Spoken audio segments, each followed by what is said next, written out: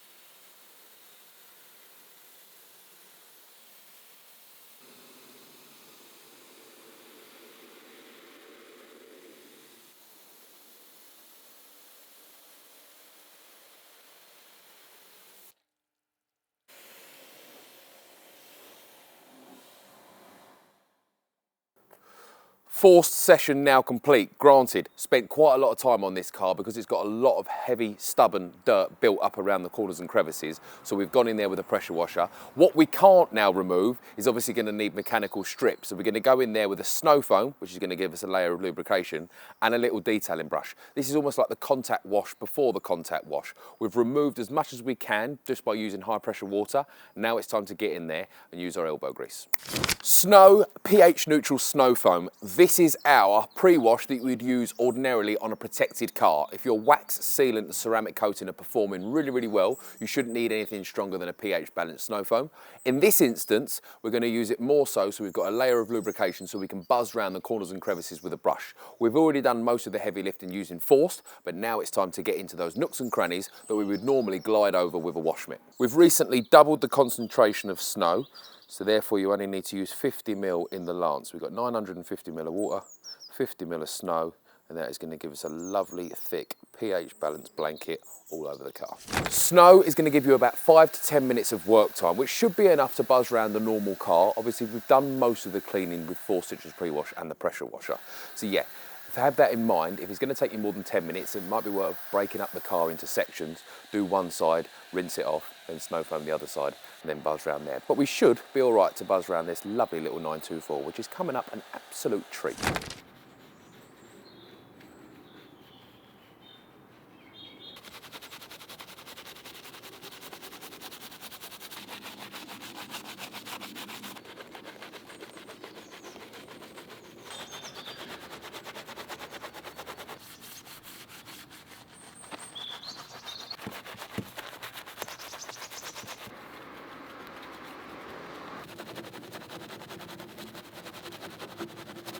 Pre-wash complete. We are now going to rip this off with a pressure washer, then get in there with a contact wash. And I am not throwing any shade, but it is my job to defend my chemical range. We've spent so much time doing this, you can understand why I'm not super keen on a rinseless wash, because you're skipping this bit. And in my opinion, that's the most important part of cleaning the car. You could argue that if you're going to polish the car later on, it doesn't matter, but Stjarnagloss is focused to the enthusiast that just wants to clean his own car. I would much rather see you spending a couple of hours on the pre-wash stage, get that great, than spending 10 minutes on it and then pushing the problem down the road and having to spend 2 or 3 days correcting the paint. I'm sorry, Ivan. I'm sorry, P&S. I love you dearly, but there is no substitute for a proper pre-wash stage.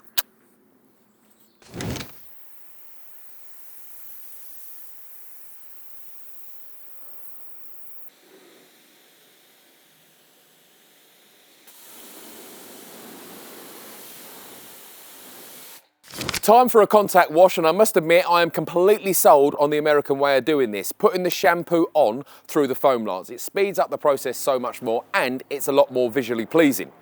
We've got 2 shampoos, Matter, which is ideally made for matte and satin finishes, and Bubblor, which is ideal for adding a little bit of gloss at the wash stage. We're going to use Matter because we don't want to leave anything behind, because after this we're going to decontaminate. If you like to add a little bit of shine at the wash stage and you don't need to decontaminate, Bubblor is the one for you. Jamie, you're my hero. Reason why I love putting the shampoo on beforehand is because it gives the detergents in the shampoo a little bit of work time so it can break down that remaining dirt and debris. As always with a contact wash, start at the top, work your way down to the grubbier areas and get yourself back to the bucket as regularly as you can. The car will benefit from it, even if you do feel like you've got deja vu. Anytime you touch the car, always try and work in straight lines. Reason for this, if you've got a bit of dirt or debris that's in there, you're going to move it one pass and then you're not going to take it back with you. If you go round and round in circles, the damage that you could inflict is going to be so much worse. I'll be the first one to admit, during the wash process, it is very easy to become robotic. As you pull the wash mitt out of the rinse bucket, check it. Make sure that you've got rid of the dirt and debris, otherwise there's no point in having it. One thorough contact wash complete.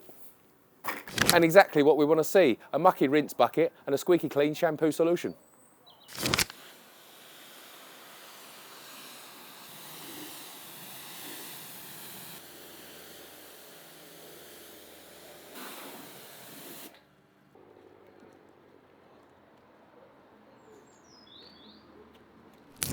Contact wash complete. Now going to get this dry and start the decontamination process.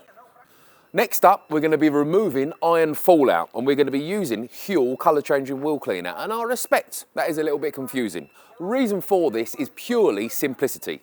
I don't want to have 2 products that basically do the same thing. I would much rather take a little bit of time, educate online and keep the money in your pocket. So, what is iron fallout? Generally speaking, it's little pieces of iron that have come off of your brakes or the car in front, gone into the air and bedded into your paintwork. Visually, this isn't going to make that much of a difference, but when you feel the paint and it feels really rough to the touch, that is normally tree sap or iron fallout.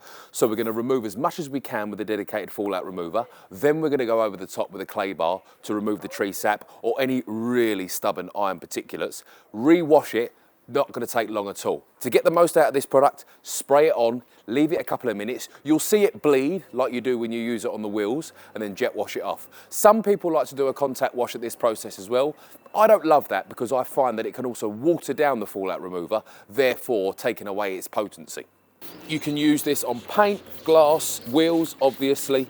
Anything that is smooth that you can re-rinse off, feel free to use a fallout remover on. Don't use it on the interior because it absolutely stinks. Couple of suggestions during the fallout remover process. Don't expect your paintwork to glow purple like your wheels do within a couple of seconds. It's going to take about 6 or 7 minutes for that purple rain to start seeping through. Benefits of this, we're going to take the contamination out of the paint even before we get to the clay bar process, which is going to make it easier. We aren't going to run the risk of clogging up your polishing pads later on when we get there. Paint's going to feel so much smoother. Ultimately, it's going to improve the gloss because it's less imperfections in the paint. Worth doing, smells rancid, spray it on, leave it 10 minutes, jet wash it off. It's not even a job when it's that easy.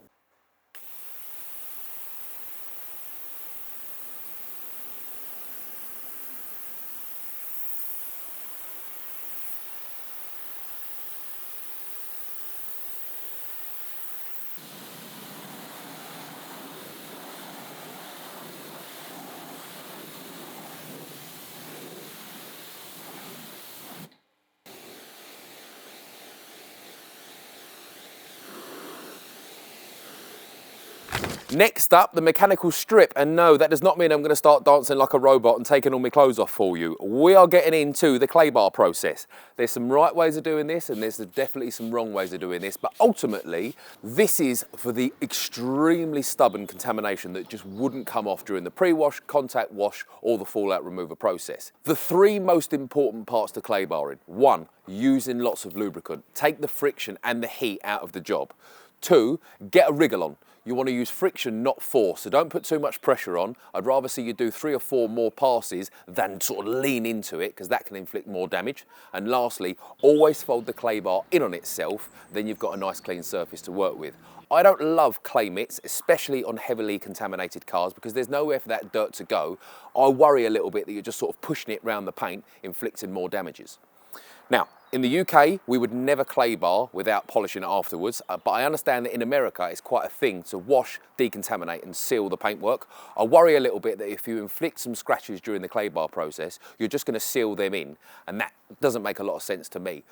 Not throwing any shade, because I respect clay mitts, they're extremely fast when buzzing around the whole car, but just think, is this heavily contaminated? Would it justify using a disposable clay bar over a clay mitt? Regularly check your clay bar. If it's starting to get a lot of build-up and contamination, as I say, fold it in on itself, then you've got a nice clean surface to work with, and we're cooking with gas. If you hit a panel and it already sounds smooth like this, move on to the next bit. You're just going to be wasting time. There's obviously no contamination on there.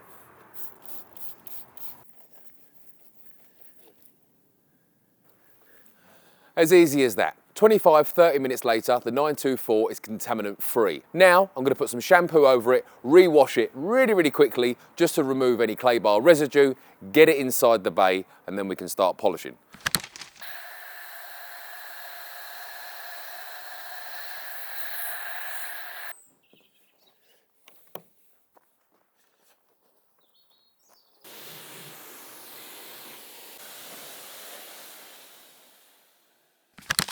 And as if by magic, we're back in February and it is absolutely bucking it down outside. So we are getting back into the beautification stage on this lovely Porsche 924. So as you can see, we have got some very tired, very dull, you wouldn't even call it sun fade pink. It's almost turning orange, it's so tired. 2K paint, a little bit old school.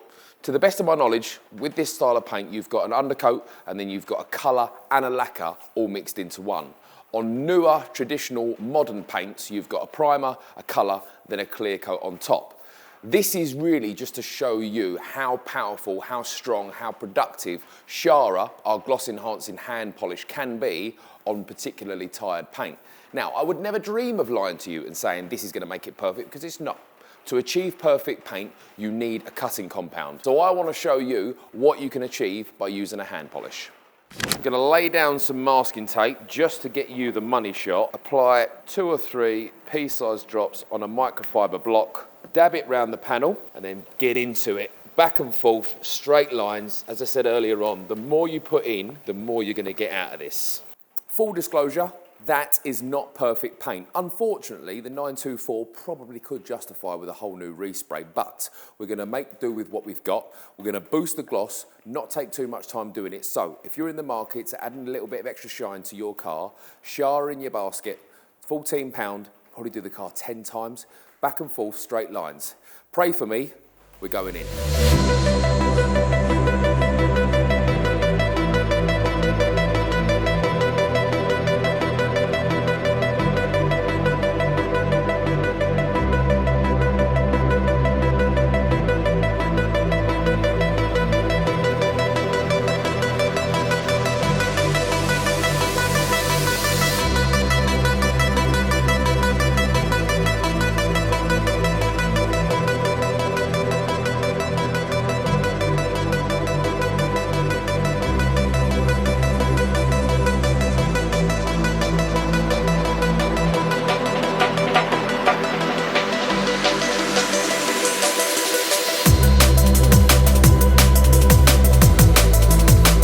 If I had a hat, I would eat it. That certainly did not take the 2 hours to polish that I hoped it would. 3 people, 3 hours, but I hope you'll agree it looks considerably more red than it did just a little while ago. Now we're going to start thinking about protection. We've got 3 main protective products within the Stjanogloss range.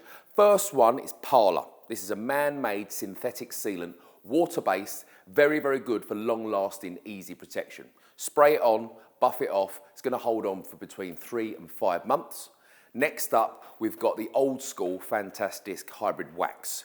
This is for the gentleman that's got a little bit more time on their hands, but I would say there is no replacement for a hard wax because the rich, natural glow that it gives the paint is unmatched. Lastly, we've got Glacier, which is our protective glaze. So, clues in the title, it's got loads of fillers in there as well, so it's going to hide imperfections, but it has got the same sealant ingredient that Parla has, so it's got a bit of a long-lasting effect as well. Traditionally, glazes are kind of a put them on until the next downpour of rain, they come off, whereas Glacier holds on for between 2 and 3 months. So a little bit of a sweet spot in the middle of the sealant and the hard wax. We're going to treat this classic red paint to Fantastisk. I've got a little bit of time on my hands, so I'm going to treat the car. If you're looking for something quick, I honestly would have a little look at Parla and Glacier. If you've got all the time in the world, like I say, you'll be the biggest dick swinger if you put a bit of Fantastisk on your car.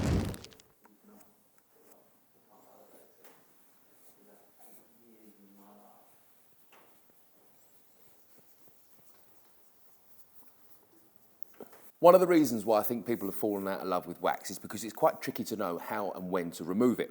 Very easy to do. If you just drag your finger through it and it still feels quite greasy, it hasn't cured yet. Give it another 5-10 minutes, repeat. If your finger glides through and it removes the wax, you're ready to buff it off. If it's over-cured and set like concrete, not a problem at all. Just apply another layer, that's going to re-energise it, and then you can buff it off. Worth mentioning as well, don't over-apply the wax. The bit touching the paint is the only bit doing any work. So if you just keep layering up, 1, it's going to be a waste of product, and 2, it's going to be even harder to remove.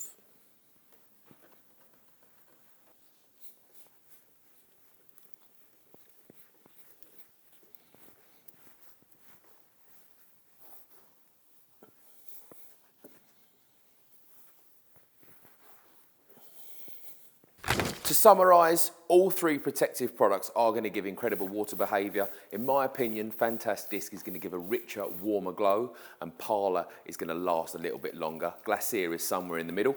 If you ask me, Cav, what do you do on the M3?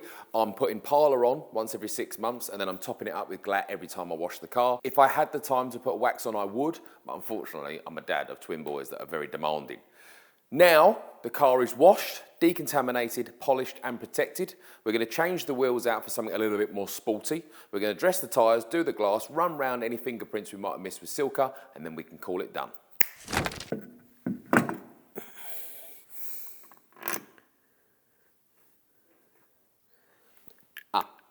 Turns out we won't be changing the wheels because the wheel bolts aren't long enough. We'll dress the tyres anyway and put them in the boot.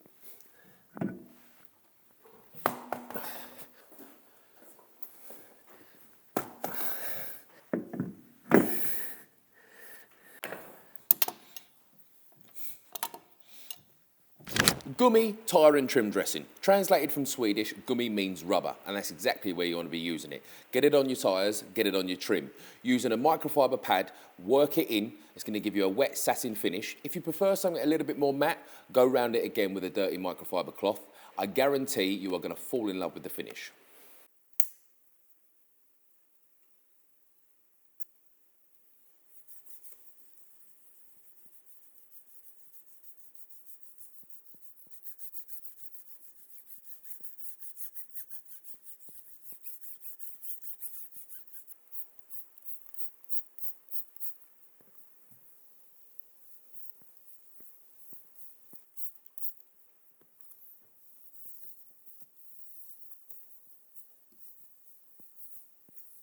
And finally, we're going to run around the whole car with Silka Quick Detailer. This is going to remove any little fingerprints we might have left on the bodywork. It's also going to give a satin sheen to the leather dashboard as well. Very easy, super versatile product to use.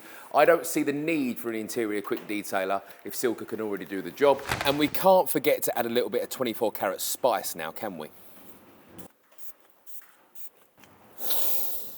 Money. Dingers to diamonds on this Porsche 924 is complete. Huge thank you to Type 2 Detectives for lending us the car. I'm gutted the wheels wouldn't go on, but now it looks like a stancy boy. There are a lot of imperfections in the paint, more so than we can fix with the Stjarnagros range. It is crying out to go to a body shop to get it absolutely perfect once again. If you've got a loved one, or you know somebody with a car that is just crying out for a bit of love, drop me an email, info@stjarnagros.com. I'd love to have a little look and see if we can get the Dingers to Diamonds series becoming a bit more of a regular thing. Anything you need to know, drop in the comment section. I'm happy to answer all your questions. And don't forget, I love you.